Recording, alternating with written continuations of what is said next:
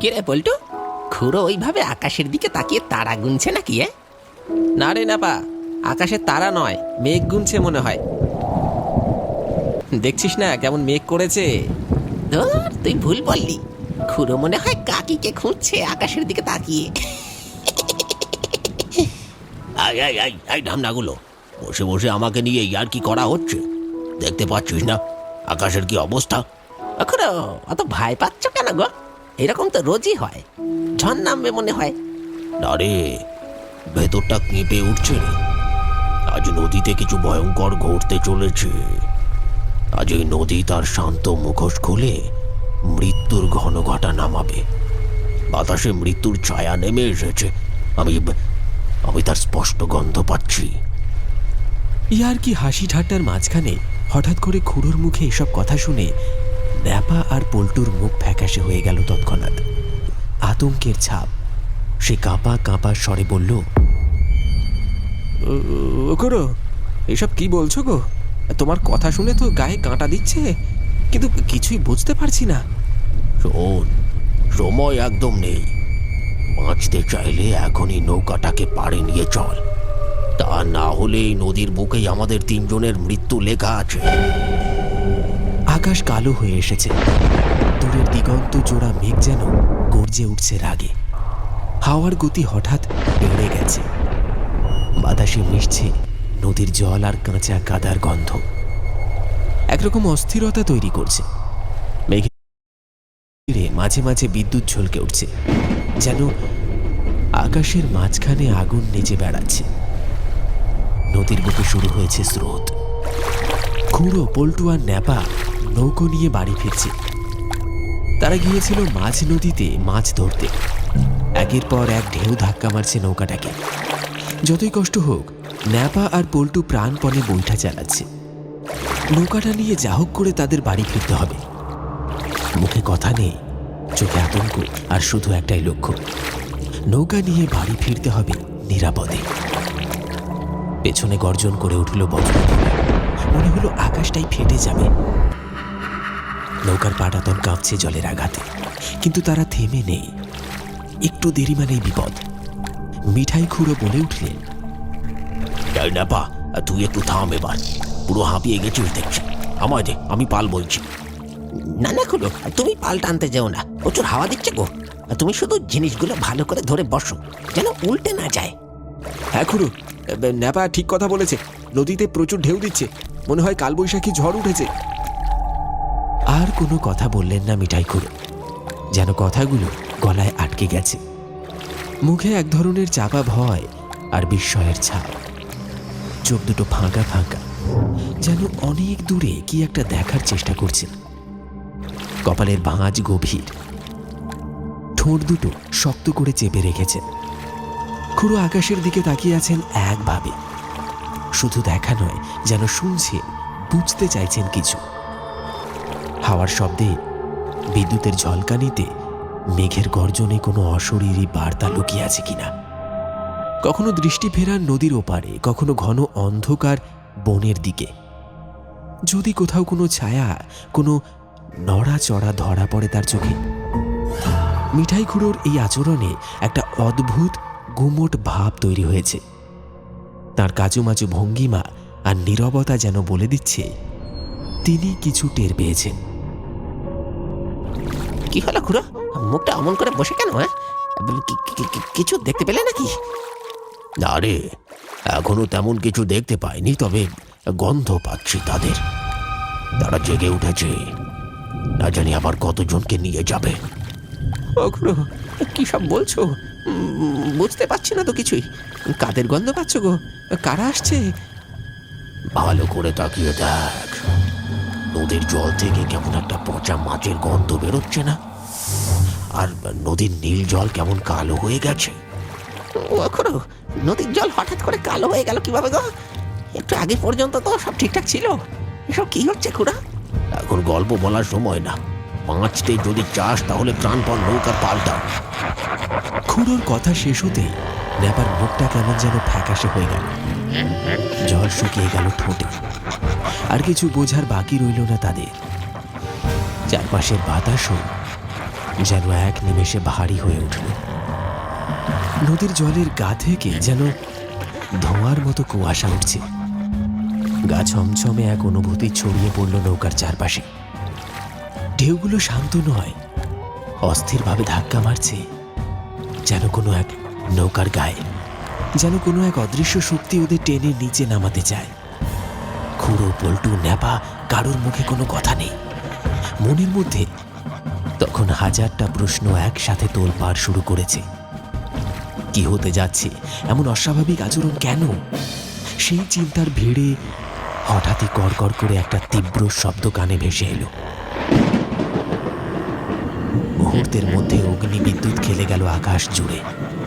সেই আলোয় কয়েক সেকেন্ডের জন্য গাছের ছায়া, নদীর ঢেউ আর মানুষের মুখগুলো যেন জ্বলে উঠল, আবার নিভে গেল। সর্বনাশ! ওই শুরু হলো শয়তানের নির্মম খেলা। না জানি এবার কতজন প্রাণ হারাবে, কত ঘর অন্ধকারে ঢেকে যাবে চিরতরে। খুড়ো, এবার কি করো? এই মাঝ নদীতে প্রাণে মরবো নাকি? অত ভয় পাস না, আমি যতক্ষণ আছি তোদের কিচ্ছু হবে না। তোরা পাল্টান, আমি ওদের আটকাচ্ছি। খুড়ো, এইসব কি হচ্ছে? কিছুই যে মাথায় ঢুকছে না গো। একটু ভালো করে বলো না ব্যাপারটা। সব বলবো, তার আগে তাড়াতাড়ি পাল্টান, নৌকাটা পাড়ে নিয়ে চল। তারা চুপচাপ পাল বইতে লাগলো। সেই থমথমে নিস্তব্ধতায় মিঠাই খুড়োর আচরণ আরো রহস্যময় হয়ে উঠল। হঠাৎ খুড়ো পাশের হাঁড়িতে হাত ঢুকিয়ে একে একে বের করতে লাগলেন কিছু মরা মাছ। প্রতিটা মাছ মুখের কাছে এনে তিনি কিছু বিড়বিড় করে বলছেন। সেটা যেন কোনো অজানা মন্ত্র, অচেনা ভাষা। আর তারপর সেই মরা মাছ তিনি ছুঁড়ে দিচ্ছেন নদীর জলে। নদীর কালচে জলে মাছগুলো উল্টে ভাসতে লাগলো, যেন মৃত আত্মাদের খেতে দিচ্ছেন। কয়েকটা মাছ ছুঁড়তে নদীর জলের তোলপাড় কিছুটা কম হলো। পরিবেশটা যেন একটু শান্ত হলো। মিঠাই খুড়োর চোখ তখন অদ্ভুতভাবে চকচক করছে। ন্যাপা আর পল্টু বাকরুদ্ধ। তারা তাকিয়ে আছে সেই অদ্ভুত দৃশ্যের দিকে। হঠাৎ করে চারপাশের বাতাসে ভেসে এলো একটা তীব্র গন্ধ, পচা মাছের গন্ধ। সেই গন্ধ এতটাই তীব্র যেন কাছেই কোথাও মৃত কিছু পচে গলে যাচ্ছে। গন্ধটা সঙ্গে সঙ্গে ছড়িয়ে পড়তে লাগলো, আর সবাই কেমন ছটফট করতে লাগলো। পল্টু আর ন্যাপা পাল টানা বন্ধ করে নাক চাপা দিল। ওখরো, এ কি বিশ্রী গন্ধ গো! দম বন্ধ হয়ে আসছে যে, মরে যাবো যে। আর একটু সহ্য কর, তারপর সব ঠিক হয়ে যাবে। আর যে সহ্য হচ্ছে না, বুকটা কেমন ধড়ফড় করছে। ও খুড়ো, কিছু একটা করো। আমার যা করার ছিল আমি করেছি, এবার সব ভগবানের হাতে। তোর গামছাটা চাপা দে নাকে, আর চুপ করে দেখ, ওই দেখ। খুড়ো ইশারা করে থমথমে মুখে হাত দেখালেন নদীর জলের দিকে। চারপাশ নিস্তব্ধ, কেবল জলের গম্ভীর গর্জন শোনা যাচ্ছে। কালচে সবুজ ঢেউয়ের নিচ থেকে এক এক করে উঠছে অদ্ভুত বিকট আকারের জীবগুলো।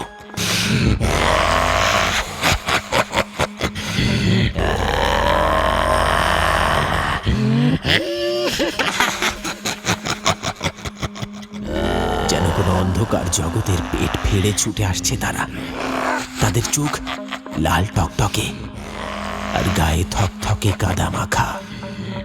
জলের উপর ভাসছে অসংখ্য মরা মাছ, মুখ হাঁ করা, চোখ থমকে গেছে, যেন তারা মৃত্যুর ঠিক আগে কোনো ভয়ঙ্কর কিছু দেখে গিয়েছে।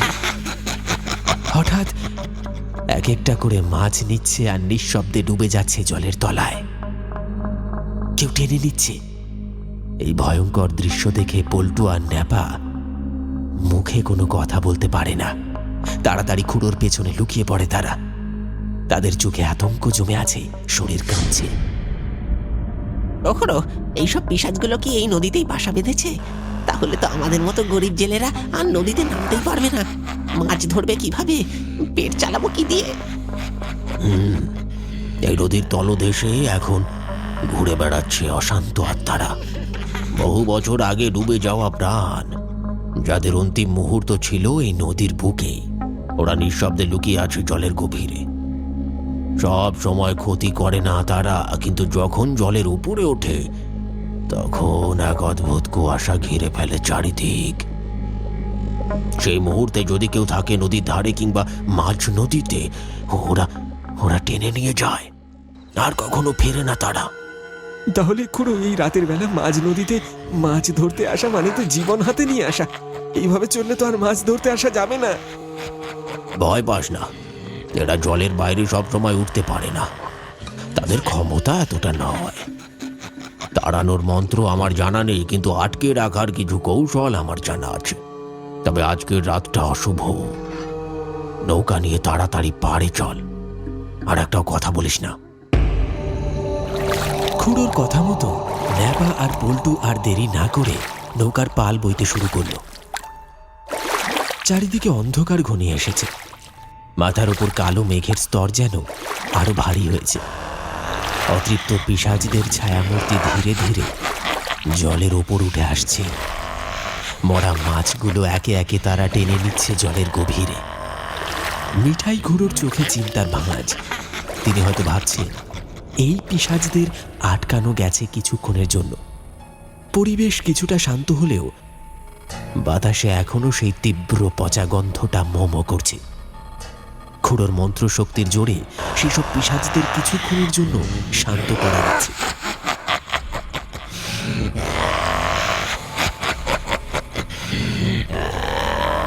তারা নৌকা নিয়ে নদীর পাড়ে পৌঁছল। তাড়াতাড়ি নৌকা থেকে নেমে পড়ল তিনজনে আর রওনা দিল বাড়ির দিকে। তাড়াতাড়ি এখান থেকে চল, এক্ষুনি বৃষ্টি নামবে, তখন আবার ভিজে ভিজে বাড়ি যেতে হবে। খুড়ো, আমার তো মাথায় কিচ্ছু ঢুকছে না। এইসব পিশাচ কোথা থেকে উঠে এলো? এরা কারা? সব যেন গুলিয়ে যাচ্ছে। খুলে বলো না একবার। হ্যাঁ খুড়ো, কিছু তো বলো। ঘটনাটা অন্তত যেতে যেতে একটু শুনিয়ে দাও। ভয় পেলেও জানার আগ্রহটা কমছে না। এইসব কথা চট করে বলা যায় পল্টু? যেটুকু দেখেছিস সেটুকু তো আসলে শুরুর ছোট্ট ঝলক মাত্র। কাল মরা বটতলায় আড্ডায় বসে বলবো সব। কাল নয় খুড়ো, এখনই বলো। ছোট করে হলেও কিছুটা বলো। আমাদের বুকের মধ্যে তো আগুন জ্বলছে। গল্প করতে করতে সবাই বাড়ির পথে রওনা দিয়েছিল ঠিকই, কিন্তু ন্যাপা আর পল্টুর মনটা একেবারে অস্থির। নদীর মধ্যে যা ঘটেছে তার ব্যাখ্যা তারা কিছুতেই খুঁজে পাচ্ছে না। অন্ধকার নদীর বুকে হঠাৎ করে জেগে ওঠা পিশাচেরা, মৃত মাছের গন্ধে ভারী হয়ে ওঠা বাতাস, সব যেন দুঃস্বপ্নের মতো। তিনজনেই হাঁটতে শুরু করেছে তখনই। আকাশে কালো মেঘের আনাগোনা। হঠাৎ বিদ্যুতের ঝলকানি পুরো আকাশ বাতাস কাঁপিয়ে দিল। এক মুহূর্তের জন্য চারপাশ ঝলসে উঠল, আর তারপর নামলো ঝমঝমিয়ে বৃষ্টি। সর্বনাশ, যেই ভয়টা পেয়েছিলাম সেটাই হলো। এবার যে জলে ভিজে ভিজে বাড়ি যেতে হবে। ও খুড়ো, ওই দেখো দূরে একটা ছাউনি করা মাচা দেখা যাচ্ছে। চলো এখন ওইখানে গিয়ে মাথাটা বাঁচাই। বৃষ্টি থামলে না হয় বাড়ির দিকে যাওয়া যাবে। হ্যাঁ খুড়ো, পল্টু ঠিক কথা বলেছে। আর এই তাহলে তুমি বরং পুরো ঘটনাটা খুলে বলতে পারবে। চলো চলো। তারা ছুটে গিয়ে আশ্রয় নিল সেই মাচার তলায়। মাচার উপর সবাই যে যার জায়গা করে বাগিয়ে বসলো গল্প শোনার জন্য। পুরো গল্প বলার আগে একটা বিড়ি ধরিয়ে নিয়ে তাতে বেশ কয়েকবার লম্বা লম্বা টান দিতে লাগলেন খুড়ো। তারপর এক মুখ ধোঁয়া ছেড়ে গলা চড়িয়ে বলতে শুরু করলেন,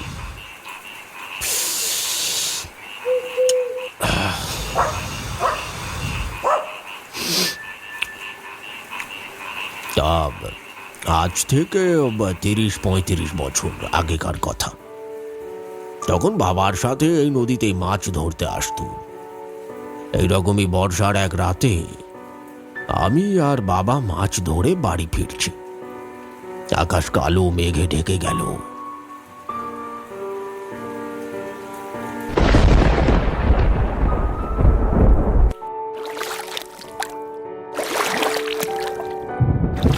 ও বাবা, ওই দেখো আকাশে যে কালো মেঘ ঢেকে গেছে, প্রচন্ড বিদ্যুৎ চমকাচ্ছে।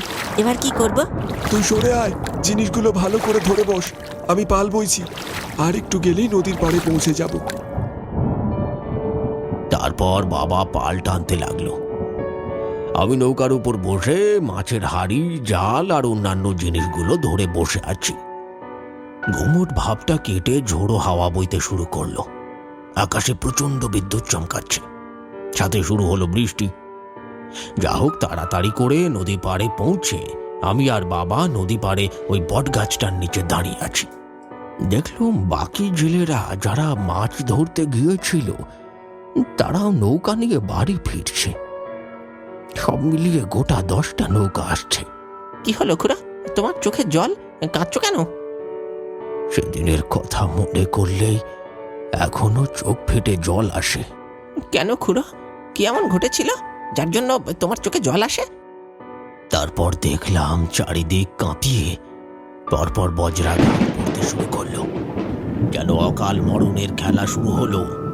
চোখের সামনে যারা নদীতে নৌকা নিয়ে বাড়ি ফিরছিল সবকটা নৌকাতে বজ্রাঘাত হলো। নিমেষের মধ্যে নৌকাগুলো দাউ দাউ করে জ্বলে উঠল। আর তারপর নদীর জলে নৌকাগুলো ডুবে গেল। তাদের মৃত শরীরটাও দেখতে পাওয়া গেল না। খুড়ো, বৃষ্টি থামতে কেউ জলে জাল ফেলেনি? তাহলে তো শরীরগুলো পাওয়া যেত। সেই চেষ্টা করা হয়েছিল। বেশ কিছু জনের শরীর খুঁজে পাওয়া যায়, আবার বেশ কিছু জনের শরীর খুঁজে পাওয়া যায়নি।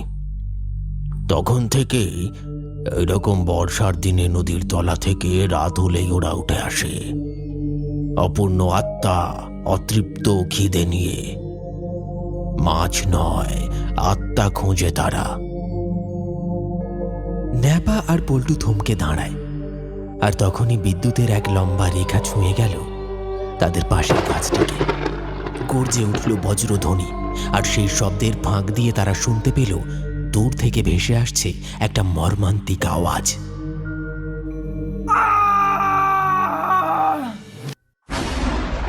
ও খুড়ো, এটা আবার কার আওয়াজ? আবার কেউ মরলো নাকি বজ্রাঘাত পড়ে? হ্যাঁ, তাই তো মনে হচ্ছে, কিন্তু শব্দটা কোন দিক থেকে এলো বলতো? ওই দিক থেকে এলো, যাবে নাকি? আমার সঙ্গে আয়। তারা মাচা থেকে নামতে যাবে, ঠিক সেই মুহূর্তে সবাই ঘুরে তাকালো মাচার উল্টো দিকে। ঝোপঝাড় পেরিয়ে দূরে একটা বড় গাছের গুঁড়ির পাশে কেউ একজন দাঁড়িয়ে আছে। গা ছমছমে অন্ধকারে স্পষ্টভাবে মুখটা বোঝা যাচ্ছে না, কিন্তু তার অবয়বটা স্পষ্ট দেখা যাচ্ছে। একটা লম্বাটে ছায়াময় চেহারা, দাঁড়িয়ে আছে একদম নিশ্চল, যেন এক পাথরের মূর্তি। দূরে কে একজন দাঁড়িয়ে আছে না? কিরে পল্টু, দেখতে পাচ্ছিস? হ্যাঁ গো খুড়ো, তাই তো, ওই তো কে একজন দাঁড়িয়ে আছে। দাঁড়া দাঁড়া তোরা, আমি দেখছি। এই কে ওইখানে দাঁড়িয়ে? চারিদিকে তখন থমথমে নীরবতা, শুধু ঝিঁঝি পোকার একটানা ডাক। কেউ কোনো শব্দ করছে না। তারা হা করে তাকিয়ে আছে সেই অচেনা ছায়া মূর্তির দিকে। কে হতে পারে? কেন দাঁড়িয়ে আছে ওখানে? তাদের বুকের ভেতরটায় ধক ধক করছে, যেন কোনো অজানা অশরীরী শক্তি ঠিক ওখানেই লুকিয়ে আছে।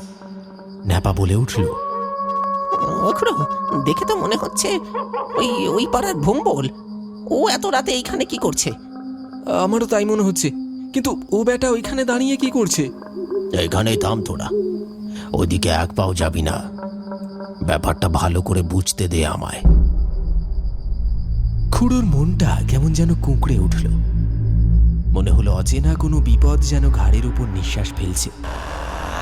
ঘন অন্ধকারে চোখে কিছু স্পষ্ট দেখা না গেলেও সেই মূর্তির চোখ দুটো জল জল করে জ্বলে উঠল, ঠিক যেন হিংস্র জন্তুর মতো। এত রাতের কেউ হতে পারে?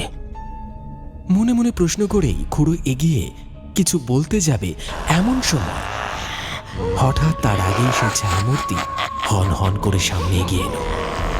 তার গায়ের রং ফ্যাকাশে হয়ে গেছে।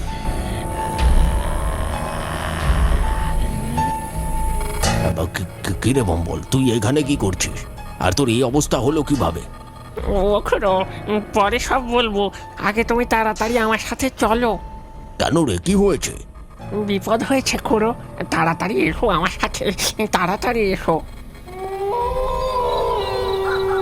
নিশুতি রাতের নিস্তব্ধতা ভেদ করে হন হন করে এগিয়ে চলেছে ভম্বল। কোনো কথা না বলে নিঃশব্দে পা ফেলে যাচ্ছে নদীর দিকটায়। পেছন পেছন ন্যাপা, পল্টু আর খুড়ো হাঁটছে, কিন্তু তাদের মুখে দেখা যাচ্ছে স্পষ্ট উদ্বেগ আর ভয়ের ছায়া। একটা অজানা আশঙ্কা যেন মনের মধ্যে ঘন কালো মেঘের মতো জমে উঠেছে। আকাশে তখনও কালো মেঘ, তবে আগের মতো আর গর্জন নেই। বৃষ্টির ফোঁটাগুলো নেমে আসছে টুপটাপ করে। মাঝে মাঝে দূর থেকে শোনা যাচ্ছে ব্যাঙের ডাক, যেন কোনো অজানা সংকেত দিচ্ছে। সবাই নিঃশব্দে নদীর পাড়ে এসে দাঁড়ালো, আর তারপর যা দেখল তাতে সবার চোখ কপালে। এ কি রে ভম্বল, এই সর্বনাশ কি করে হলো? আর থাকতে পারল না ভম্বল, কেঁদে কেঁদে বলতে লাগলো, খুড়ো, সবই আমাদের কপাল গো। এই মরা নদীর ইতিহাস সবাই জানো। আমি বাবা আর কাকা নদীতে গিয়েছিল মাছ ধরতে। আকাশের অবস্থা খারাপ দেখে তাড়াতাড়ি বাড়ি ফিরছিলাম, কিন্তু শেষ রক্ষা হলো না। ওইসব পিশাচদের প্রকোপে আর রক্ষা হলো না। একটু আগে যে বজ্রঘাত পড়লো, তাতেই আমরা সবাই মারা গেলাম। কি সব বলছিস ভম্বল? তুই তো দিব্যি আমাদের সামনে দাঁড়িয়ে আছিস। না খুড়ো, আমি ঠিক কথা বলছি। ওই দেখো আমি আর ওই যে ওরা। ভম্বল যেদিকে হাত দেখালো সেদিকে তাকাতেই সবাই দেখল নদীর পাড়ে কাঁদা জলের উপর পড়ে আছে ভম্বল, তার বাবা আর তার কাকার শরীরটা। রক্ত শূন্য হয়ে গেছে তিনটে শরীর। খুড়ো, আমাদের যা হওয়ার হয়েছে, তুমি এবার রক্ষা করো। বল ভম্বল, আমি তোদের কিভাবে সাহায্য করব?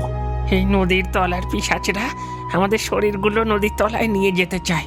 তুমি আমাদের শরীরগুলো নিয়ে যাও, আমাদের শেষ কাজটা সম্পন্ন করো, তবেই আমাদের শান্তি। ভম্বলের কথা শেষ হতেই যেই না ন্যাপা, পল্টু আর খুড়ো এগোতে যাবে, ঠিক তখনই নদীর তলা থেকে প্রবল আক্রোশে চিৎকার করতে করতে বেরিয়ে আসলো সেই সব পিশাচের দল।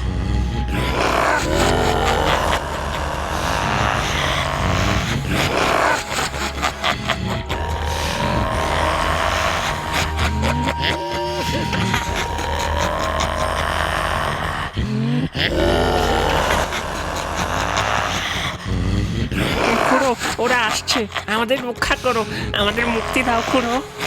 ভয় নেই ভম্বল, তোকে আমি বাঁচাতে পারিনি, কিন্তু ওই পিশাচদের হাত থেকে তোদের অবশ্যই রক্ষা করব। কথা শেষ করেই খুড়ো এগিয়ে গেল নদীর পাড়ে।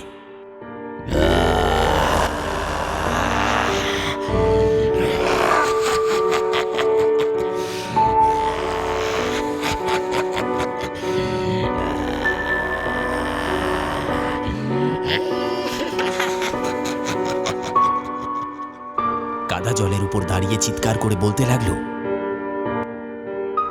দাঁড়িয়ে যা তোরা, তোদের এই জঘন্য খেলা বন্ধ কর এবার। তোদের সাথে যেটা ঘটেছে সেটা তোদের কপাল, এর পেছনে সাধারণ মানুষের কোনো হাত নেই। তোরা ফিরে যা, ফিরে যা তোরা।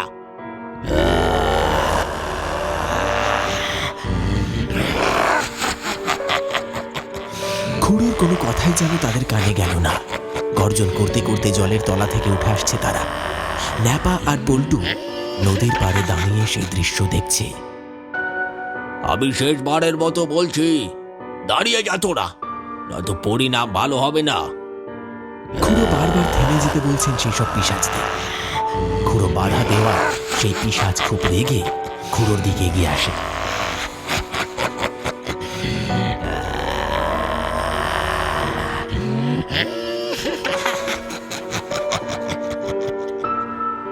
এই পল্টু, খুড়ো এবার কি করবে? পিশাচগুলো তো খুড়োর দিকে এগিয়ে আসছে।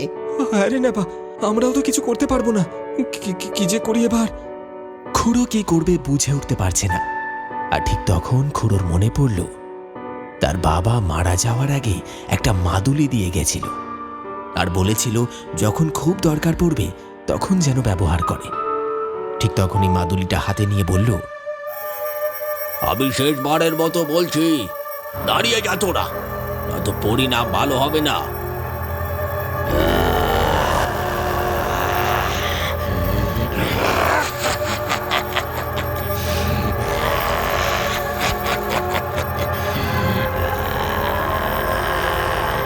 বারণ করা সত্ত্বেও খুড়ো যখন দেখল সেই পিশাচ থামছে না, তখন খুড়ো মাদুলিটা ভেঙে ফেলল আর বেরিয়ে এলো খানিকটা ধুলো। সেই ধুলো ছুঁড়ে দিল পিশাচদের লক্ষ্য করে, আর সাথে সাথে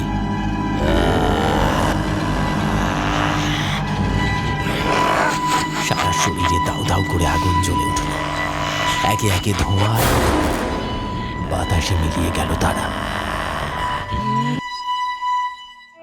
এরপর খুড়ো ভম্বলদের মরা শরীরগুলো নিয়ে গ্রামে ফিরে এলো আর ভম্বলের কথা মতো শেষ কাজ সম্পন্ন করল। এরপর থেকে ন্যাপা আর পল্টু দিনের বেলার দিকে নদীতে বেশি মাছ ধরে, রাতের বেলা তো নয়।